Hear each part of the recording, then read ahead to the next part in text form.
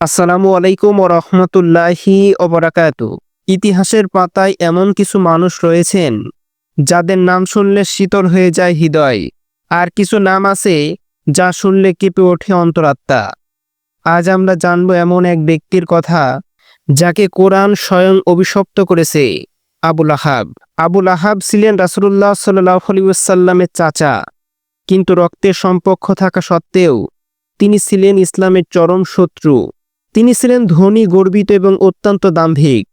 যখন রাসূলুল্লাহ সাল্লাল্লাহু আলাইহি ওয়াসাল্লাম তাওহীদের দাওয়াত দেন, তখন প্রথম বিরোধিতা করে মুখ খুলেছিলেন এই আবুল আহাব।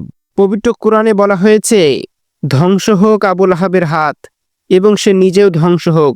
আবুল আহাব নামটি তার প্রকৃত নাম ছিল না।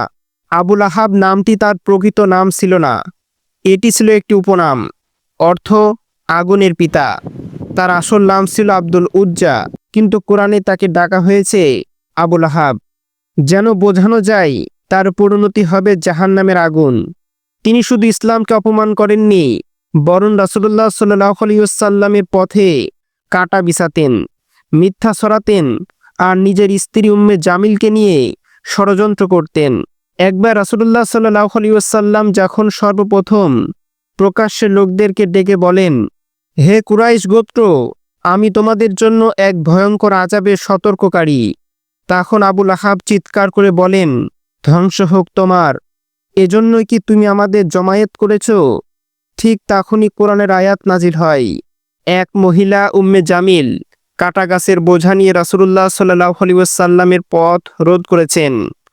কোরআনে বলা হয়েছে, তার স্ত্রী আগুন বহন করবে, তার গলায় থাকবে মোটা রশি। সূরা আহাব। তাফসীরবিদরা বলেন, বদর যুদ্ধে মুসলমানদের বিজয়ের খবর শুনে আবুল আহাব এতটাই রাগান্বিত হয় যে তার শরীরে পচন ধরে যায়। বসুরা নামের এক ভয়ঙ্কর রোগে আক্রান্ত হয়ে তার মৃত্যু হয়।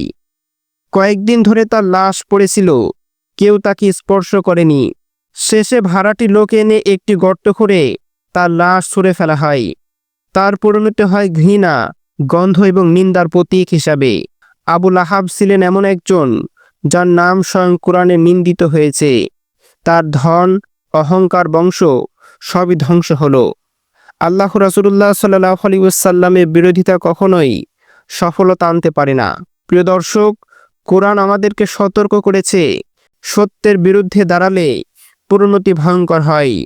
আসুন আমরা শিক্ষা নিই আবুল আহাবের ভয়ঙ্কর পরিণতি থেকে। প্রিয় দর্শক, ভিডিওটি ভালো লাগলে একটি লাইক দিন, কমেন্ট করুন এবং বাংলা স্টোরি 101 চ্যানেলটি সাবস্ক্রাইব করতে ভুলবেন না।